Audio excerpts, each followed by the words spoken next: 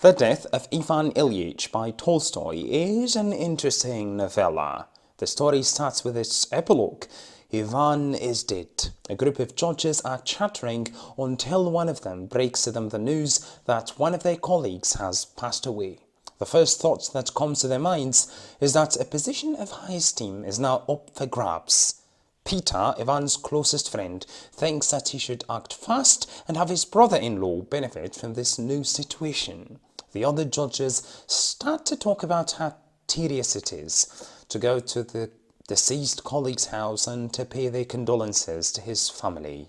Tolstoy makes them look completely dehumanized. They just learn that a colleague of theirs has just passed away, and their reaction can be summarized into 2 points. First, there is the idea of propriety and how tedious a hassle it is to go to the dead person's house and to express their sorrow and condolences to the family.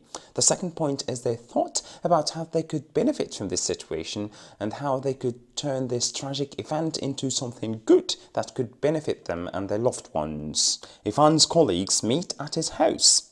They talk about the card game they play, they crack jokes here and there.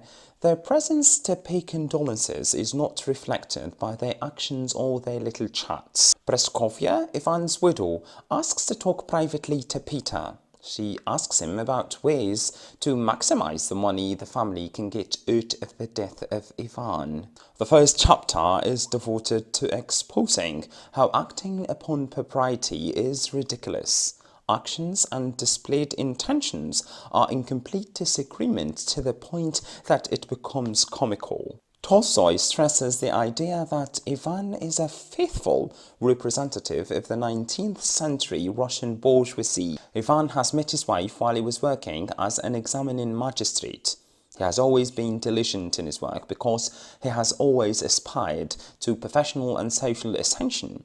He chooses his friends based on social status. His marriage to Praskovia is approached in the same light. It is the right move towards ascension. Marriage proves to be a bit tough, especially after Praskovia becomes pregnant. But on the bright side, Ivan keeps getting promoted until he becomes a public prosecutor. In 1880, Ivan expects to be offered the job of a presiding judge at a university, which he does not get. This infuriates him, and he decides to travel to St. Petersburg, where he meets an old friend of his who helps him get an even better position at the Justice Department. Ivan finds a home befitting of his new position and starts decorating it lavishly. And in that process, Ivan falls off a stepladder. He falls on a window frame. His left side hurts a bit at the beginning, but the pain soon dissipates. After some time, Ivan starts to feel some pain in his left side, together with a strange taste in his mouth. He becomes very easily irritable, just like his wife has been during her pregnancy. And strangely enough, Praskovia's way of dealing with this irritation is similar to the way Ivan has been dealing with her condition during her pregnancy. She tries to evade him and to lessen contact with him. Ivan decides to visit a doctor who treats him as a kiss and not as a human being with real worries. Ivan draws a comparison between how indifferent the doctor is telling Ivan about how serious his condition is and how Ivan has always handled judicial cases with the same indifference. It is the first time Ivan faces his own dehumanized self. He goes back home disheartened by the news he has just heard. He tries to seek comfort by talking to his wife about it, but she doesn't seem very much interested in listening. She interrupts him and goes out with her daughter before Ivan has had the time to finish. Ivan follows the doctor's treatment and advice to the letter, but nothing seems to improve, and later it turns out the whole prognosis has been wrong. Ivan consults other doctors, but still to no avail. His anger magnifies. Ivan feels that he is in hell. His wife thinks that it is his fault he hasn't recovered yet. His friends at work think that he'll soon be gone and that a position of high esteem will be available. There are many similarities between Ivan's condition and Praskovia's state while she was pregnant. There is irritation, there is this strange taste in the mouth, and abandonment of things that used to procure joy. And just as he was unsympathetic to Praskovia during her pregnancy, she is now unsympathetic to his condition. He used to flee her, and now she flees him. Ivan sees a final doctor who tells him that his condition is curable. His vermiform appendix can recover by the stimulation of one organ and the neutralization of another.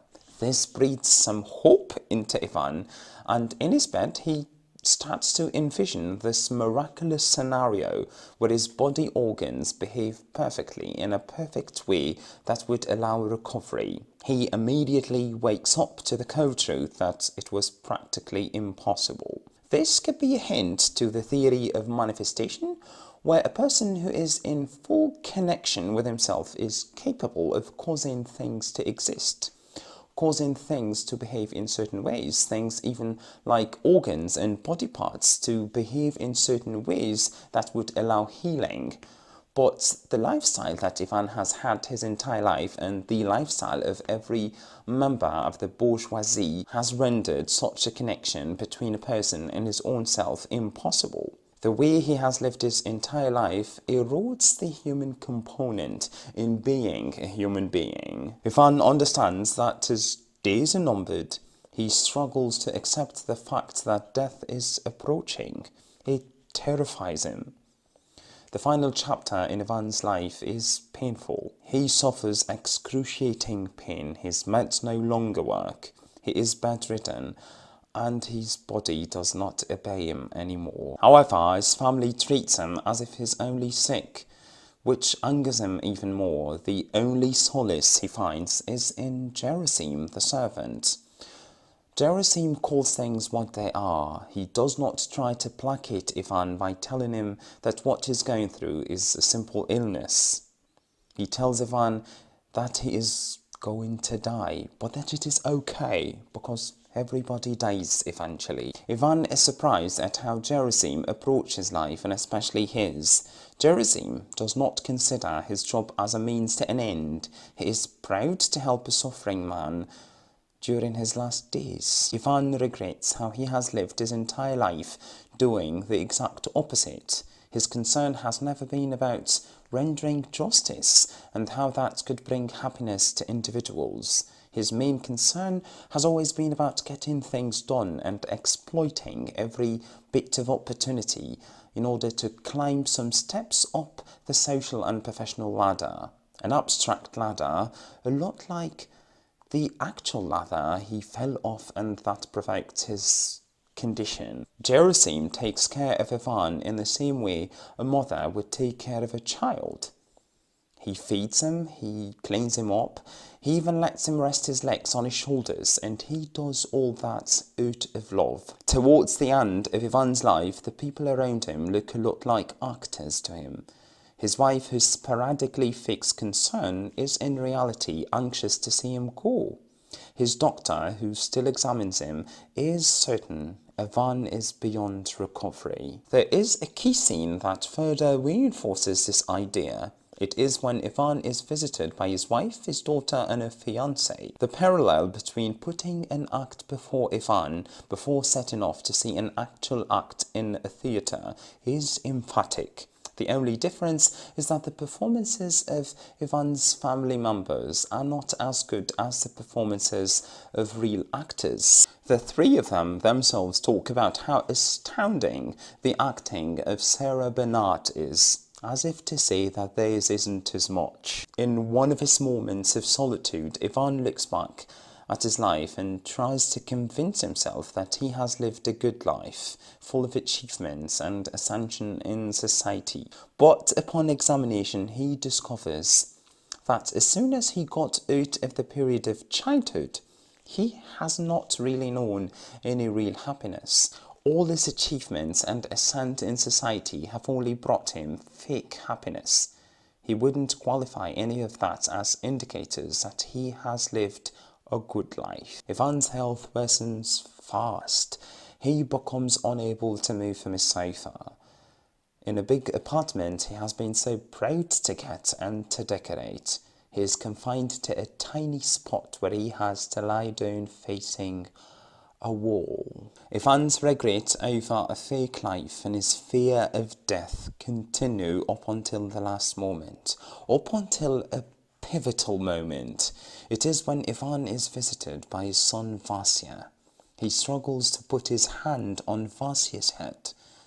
He fails to do so, and crying Vasya takes the hand of his father and kisses it. This moment pierces through the heart of Ivan. He feels the sorrow of a son losing his father. It is the first time Ivan feels empathetic. It is the first time Ivan prioritizes the feeling of somebody else over his own. He pities Vasya and he thinks that his death would relieve his family. This care for the feelings of others brings Ivan tranquility and rids him of his fear of death. He feels unshackled.